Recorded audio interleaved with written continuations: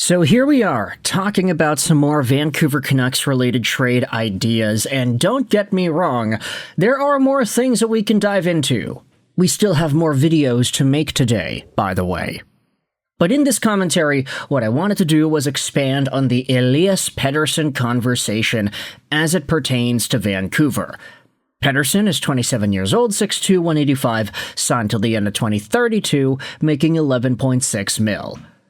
By now, you've already heard the sauce. This is a guy that has declined in point production the past few years after being a 100-point, near 40-goal scorer years ago. He went from 102 points to 89 points to 45 to 51, and that progression is definitely subdued and not the way that you would expect a guy making $11.6 million to have progressed. With that said, we have articles getting posted about by Ben Kuzma on The Province as to whether or not the Canucks actually can trade Elias Pettersson for their rebuild. Is this actually a productive idea? Does this make sense? And for what it's worth, you have Canucks fans that don't really seem to be taking too kindly to this article and the existence of it in the first place. Canucks Veghead goes out there and says, Pettersson is worth more as Vancouver's first-line center than dumping him for a weak return. And forget retaining, the Canucks don't need to. Unless a team is desperate and is a team Petey is willing to waive the no-trade to go to, you don't move him. The Canucks are better to build his value up. If they get Stenberg, for instance, and they play together, maybe Petey can go from an 82-game average of 57 points to 70 points. Then you trade him for a legitimate first-line return.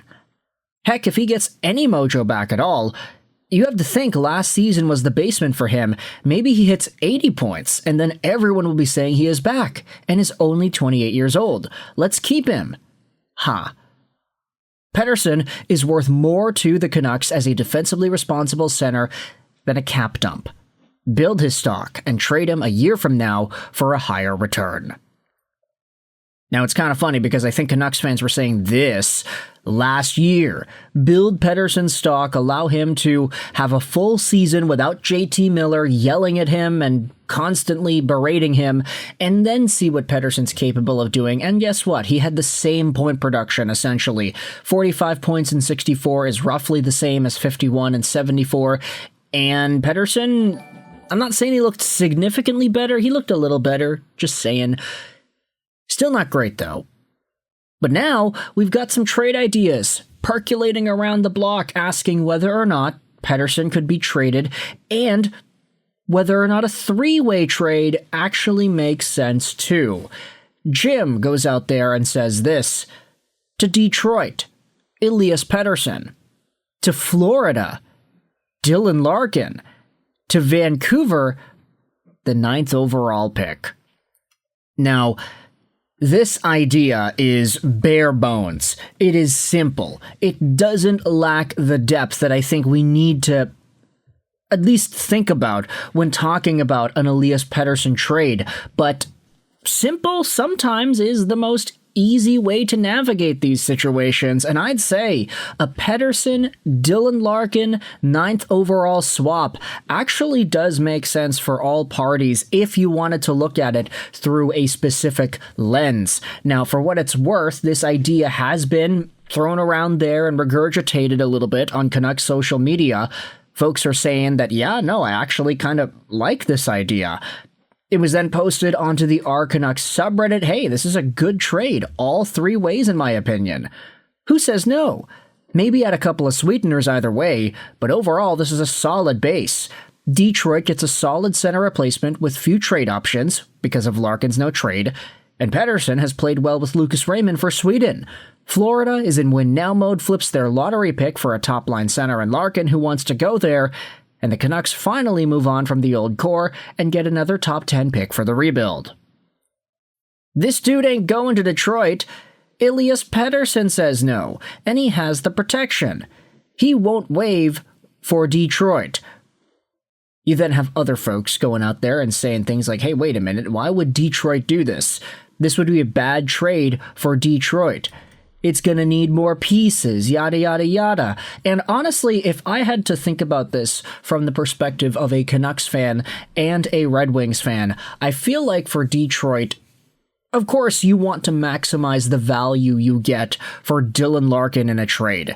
But unlike the Quinn Hughes situation in Vancouver, Larkin does have legitimate trade protection, and he is using it. There are only 3 teams that he is willing to go to.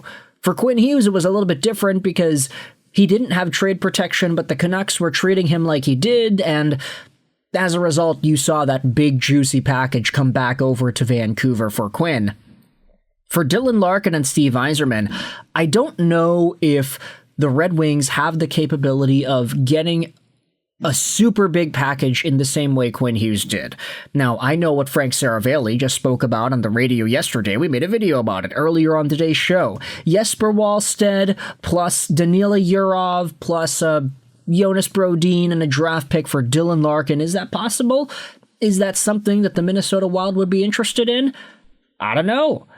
It would be something, though, that you could say improves the quality of the Detroit Red Wings if they're able to get that superstar young goalie, a really nice replacement center in Yurov, and defense to help him out, too. The problem is, if Dylan Larkin's trade request really limits the amount of teams he's able to go back to, maybe a player like Elias Pettersson is going to be the only trade return they could actually get for Larkin. That's assuming this Wallstedt, Yurov, Brodin package is a little bit too juicy. Pettersson's value is down, but he is a guy the Detroit Red Wings have coveted in the past, and as we had seen throughout international tournaments in the past, he actually did play pretty well with Lucas Raymond. So if you wanted to reignite that sort of chemistry, maybe there's a possibility to do that in Detroit. By the way, another team that has been noted for actually taking Swedish players and using them and having great history with Swedes. Then you have the 9th overall pick coming over to Vancouver from the Florida Panthers. If it is a 3-way deal, 9th overall gives the Vancouver Canucks a really nice ability to add maybe a Viggo Bjork or a Ryan Lynn if you wanted to push for him to go in that top 10 spot. Vancouver could realistically add Caleb Malhotra and Viggo Bjork, getting 2 top quality center prospects in their system in the same draft. And when you think about it like this, all right, well, Florida, they give up 9th overall for Larkin. That makes sense for them. They're competitive. They want to win now. They only got 9th overall because Bobrovsky stunk and Barkov was injured. They would do this.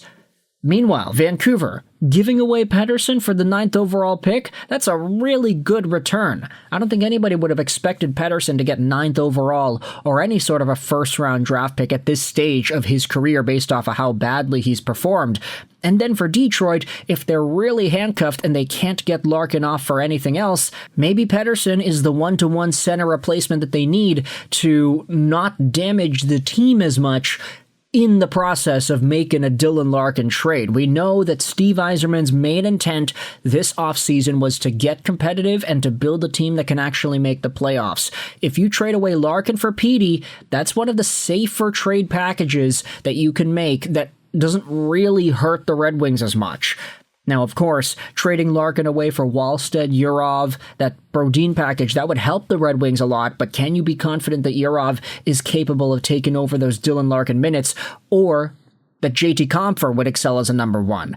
Elias Pettersson, at the very least, even though he's on the downfall, he still has that number 1 center experience. So I actually like this trade idea a lot. Pettersson, Larkin, 9th overall. Let me know your thoughts in the comment section below. How do you feel about an idea surrounding a 3-way deal? Who says yes? Who says no? Is a baseline 1, 2, 3 type of trade possible, or would you need to add some sweeteners on top of that? Thoughts in the comment section below. I hope you enjoyed this video. Sign on, and bye.